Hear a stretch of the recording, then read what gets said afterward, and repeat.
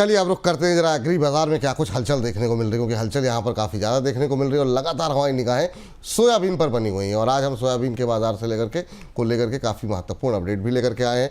Soybean के बाज़ार पर और डिटेल में बातचीत करने के लिए हमारे साथ जुड़ रहे हैं पृथ्वी फिनमार्ट के डायरेक्टर और कमोडिटी करेंसी रिसर्च के हेड मनोज कुमार जैन जी और सोपा के एग्जीक्यूटिव डायरेक्टर DN पाठक साहब। आप दोनों का बहुत बहुत स्वागत, आप दोनों को बहुत बहुत नमस्कार सर। नमस्कार सर। नमस्कार सर। नमस्कार। पाठक सर, आपसे शुरुआत करना चाहेंगे सर। अगर हम देखें वैश्विक स्तर पर इंटरनेशनली जो है इस साल सोयाबीन का उत्पादन बढ़ने का अनुमान बताया जा रहा है, भारत में क्या सिचुएशन देख रहे हैं सर? और ख़ास तौर से जब वो मानसून अगर अच्छा रहे, जो कि अभी दिखाई दे रहा है IMD की तरफ से जो कहा जाए, तो फिर इससे उत्पादन बढ़ता हुआ दिखाई देगा या फिर इस साल भाव की वजह से सोयाबीन को छोड़ करके किसान दूसरी फसलों की तरफ रुख कर सकते हैं? आपका आकलन, आपका एनालिसिस क्या कह रहा है इस बारे में? देखिए, सारी स्थिति को देखते हुए ये कहना बड़ा मुश्किल नहीं होगा कि भाव, क्योंकि सोयाबीन के पिछले ऑलमोस्ट पूरे साल MSP से नीचे रहे हैं। सरकार ने कुछ खरीदी की 20 लाख टन की MSP पे, लेकिन भाव फिर भी ड्रॉप नहीं हो पाए। और अब सरकार ने बुआई के टाइम पे सोयाबीन बेचना शुरू कर दिया है। तो इसको देखते हुए किसान जहां उसको ऑप्शन होगी वहां वो सोयाबीन की खेती छोड़ के दूसरी तरफ जरूर जाएगा। चाहे वो मक्के में जा सकता है, पैडी में जा सकता है, कॉटन में जा सकता है, डिपेंडिंग ऑन द एरिया। तो कुछ एरिया कम होने की तो मुझे बिल्कुल आशंका है, थोड़ा एरिया कम होगा। उत्पादकता कैसी रहेगी ये अभी कहना बहुत प्रीमेच्योर है, क्योंकि मानसून कब आएगी, बुवाई कब होगी, मानसून का बिहेवियर कैसा रहेगा 90 दिन तक, उत्पादकता उस पर डिपेंड करेगी। तो एरिया डेफिनेटली कम होने की उम्मीद है। उत्पादन कितना होगा ये अभी बहुत प्रीमेच्योर बात है कहना। ठीक है सर। इस बीच जैन साहब, आपसे जानना चाहेंगे कि 1 अप्रैल को सोयाबीन का जो स्टॉक था वो पिछले साल के मुकाबले 40% कम था, लेकिन 1 मई को ये 47% तक कम हो गया। ऐसा लग रहा है कि घरेलू इंडस्ट्री के अंदर कंजम्पशन बढ़ता हुआ दिखाई दे रहा है। क्या इसके चलते हम कीमतों में बढ़ोतरी देख सकते हैं आगे? विपुल जी, अभी कोई बढ़त सोयाबीन की कीमतों में बढ़त की कोई बहुत ज्यादा उम्मीद नहीं लगाई जा रही है, क्योंकि हम देख रहे हैं कि इंटरनेशनल मार्केट भी काफी दायरे में ट्रेड कर रहे हैं। दूसरा, यहाँ पे जैसा कि पाठक जी भी बता रहे हैं कि गवर्नमेंट ने जो प्रोक्योरमेंट किया था, और हम देख रहे हैं कि सोइंग के पहले लगातार गवर्नमेंट की तरफ से ऑक्शन जो है वो किए जा रहे हैं। और बड़ी बात यह है कि जो भी ऑक्शन हो रहे हैं वो MSP के नीचे ही हो रहे हैं ऑलमोस्ट। तो उस लिहाज से देखें तो यहाँ पे अवेलेबिलिटी जो है डोमेस्टिक इंडस्ट्री के लिए बेहतर बनी हुई है। इवन यहाँ पे फार्मर्स के पास भी बड़ी मात्रा में माल अभी भी जो है होल्डिंग है। तो अगर यहाँ थोड़ा भी कीमतों में सुधार आएगा तो वो भी प्रेशर एक बार मंडीज में आता हुआ नजर आएगा। हमारा मानना है कि जो इंटरनेशनल मार्केट है वो 1030 से 1080 सेंट के दायरे में बने रहेंगे, और कोई बहुत बड़ी तेजी की गुंजाइश अभी अंतर्राष्ट्रीय बाजारों में भी नहीं नजर आ रही है।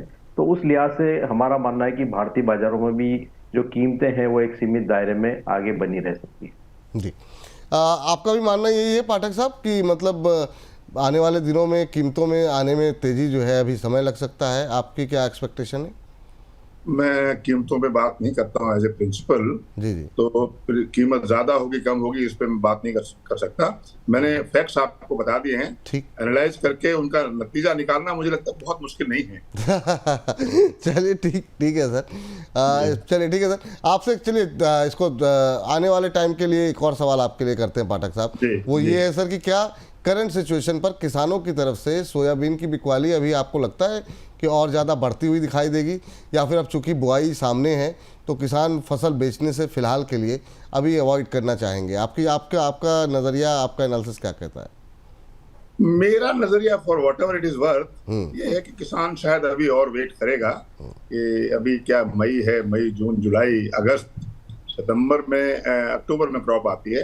किसान अभी थोड़ा और इंतजार करना चाहेगा कि शायद कहीं 200-300-400 रुपए और मिल जाएं, शायद कुछ ऐसा हो जाए। तो किसान रिलक्टेंटली लेके सामान आएगा, जितनी उसको जरूरत होगी उतना लाएगा। अगर उसकी होल्डिंग कैपेसिटी है तो फिर वो होल्ड करेगा, ऐसा मुझे लगता है।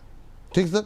और सोया मिल की सिचुएशन क्या देख रहे हैं सर? चलिए सोयाबीन को तो ठीक है, लेकिन सोया मिल की सिचुएशन आगे किस तरीके से दिखाई दे रही है आपको?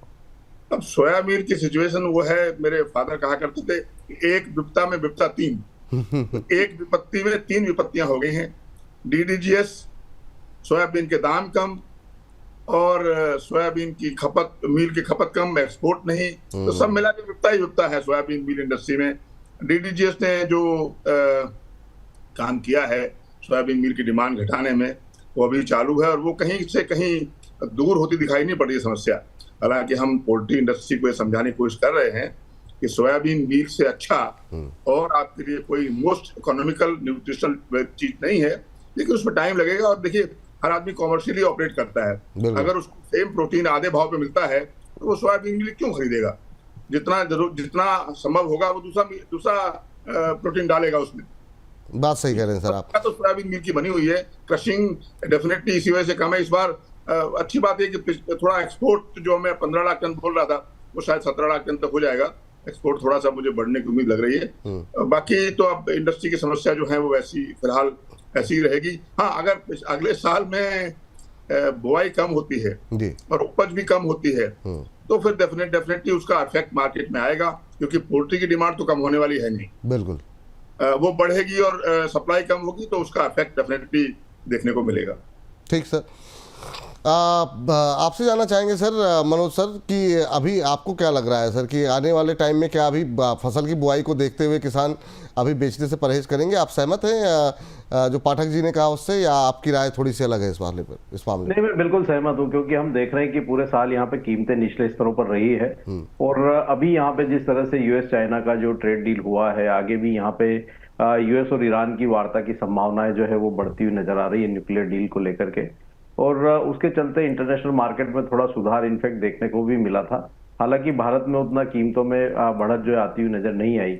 अभी सोइंग में थोड़ा टाइम है और यहाँ पे जिस तरह से निचले स्तरों पर भाव बने हुए हैं, और ऐसे में अगर किसान यहाँ पे दूसरी जो है रिम्यूनरेटिव क्रॉप की तरफ अगर डाइवर्ट होते हैं तो उसको देखते हुए किसान अभी 2 से 3 महीना वेट करना चाहेगा हमारे हिसाब से। और कहीं भी अगर कीमतें एमएसपी के आसपास भी आती है तो फिर वहां पे एक प्रेशर जो है वो सप्लाई का बढ़ता हुआ नजर आएगा। तो अभी किसान जिनकी बिल्कुल पाठक साहब बता रहे थे होल्डिंग कैपेसिटी है, वो अगले 2 से 3 महीने क्रॉप को होल्ड करते हुए नजर आएंगे। और अगर कीमतों में थोड़ा भी 300-400 रुपए का सुधार आता है तो फिर वहां पे जो है हम कह सकते हैं कि एक अच्छा प्रेशर जो है अराइवल का वो बनता हुआ नजर आएगा। ठीक सर, चूंकि प्राइसेस पे तो पाठक जी बात करेंगे नहीं, तो आपसे ही जानना चाहेंगे सर कि अभी प्राइसेस कैसे देख रहे हैं आने वाले टाइम के लिए, और यहाँ पर शॉर्ट टर्म के लिहाज से खास तौर से कीमतों को लेकर क्या आउटलुक है आपका?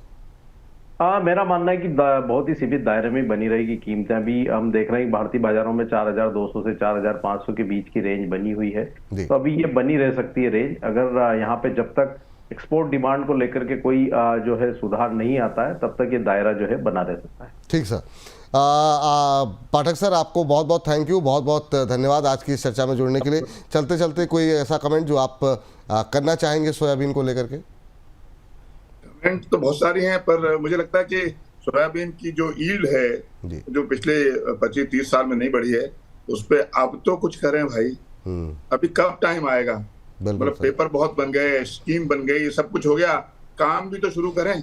और मुझे लगता है इंडस्ट्री को भी इसमें कुछ लगना चाहिए। इंडस्ट्री हर चीज सरकार से उम्मीद करती है, वो ठीक नहीं है। खुद भी कुछ करना पड़ता है, अपने खुद किए बिना काम होता नहीं है, तो इंडस्ट्री को कुछ करना चाहिए। सरकार ने मिशन बना दिया है, उस पर भी काम करना चाहिए। बजाय बन गया वो तो ठीक है, पर उस पर काम नहीं, अमल नहीं होगा तो कोई फायदा नहीं होगा। तो सारी एफर्ट्स जो हैं इस तरफ लगानी चाहिए कि यील्ड कैसे बढ़े। बिल्कुल सही बात है। बहुत बहुत शुक्रिया सर, बहुत बहुत धन्यवाद पाठक जी आपका आज की चर्चा में जुड़ने के लिए, अपना महत्वपूर्ण समय देने के लिए। तो चलिए इस बीच सर आपसे जानना चाहेंगे मनोज सर, क्योंकि निगाहें लोगों की रहती हैं कुछ एक ट्रेडिंग कॉल कार्यक्रम के आखिर में जो है वो निकल के आ जाए, तो एग्री कमोडिटीज़ में कोई ऐसी ट्रेडिंग अपॉर्चुनिटी आपको दिखाई दे रही है? जहां तक ट्रेडिंग अपॉर्चुनिटी का सवाल है तो हम देख रहे हैं कि मसाला कॉम्प्लेक्स में हमने धनिया में पिछले सप्ताह गिरावट देखी थी और फिर निचले स्तरों पे कीमतें जो है थोड़ी कंसोलिडेट करती हुई नजर आई। 6770 टेक्निकली धनिया के लिए एक स्ट्रांग सपोर्ट बना हुआ था और मार्केट उसको होल्ड भी करता हुआ नजर आया है। हमारा मानना है कि धनिया का जो जून वायदा है वो 7000 के स्तर के आसपास बाय किया जा सकता है, पोजिशनल ट्रेड होगा। स्टॉप लॉस यहाँ पे 6770 का रखना चाहिए और एक लक्ष्य यहाँ पे 7450 तक का रखा जा सकता है। दूसरा, यहाँ पे अगर 2 से 3 दिन के लिए किसी को रणनीति बनानी है तो कैस्टर सीड जो है वहां पे रणनीति बनाई जा सकती है। कैस्टर सीड के जून के वायदा में शॉर्ट सेल की सलाह रहेगी 6484 के स्तर पर। एक स्टॉप लॉस जो रखना है 6550 का रखना है, और हमारा मानना है कि 6380 तक जो है कीमतें ये दिखा सकता है। ठीक, तो एक बाय कॉल एक सेल कॉल निकल करके आ रही है। बेच के क्या चलना है आपको? कैस्टर सीड जून फ्यूचर बेच करके चलें, 6484 के आसपास सेल करने की सलाह यहाँ पर दी जा रही है। आपको एक टारगेट जो दिया गया है वो 6380 का है। 6380 के टारगेट आपको नीचे की तरफ देखने को मिल सकते हैं, लेकिन हाँ, आपको एक स्टॉप लॉस अवश्य लगाना होगा, वो होगा 6540 का। स्टॉप लॉस लगाइए 6540 का, लक्ष्य रखिए 6380 का।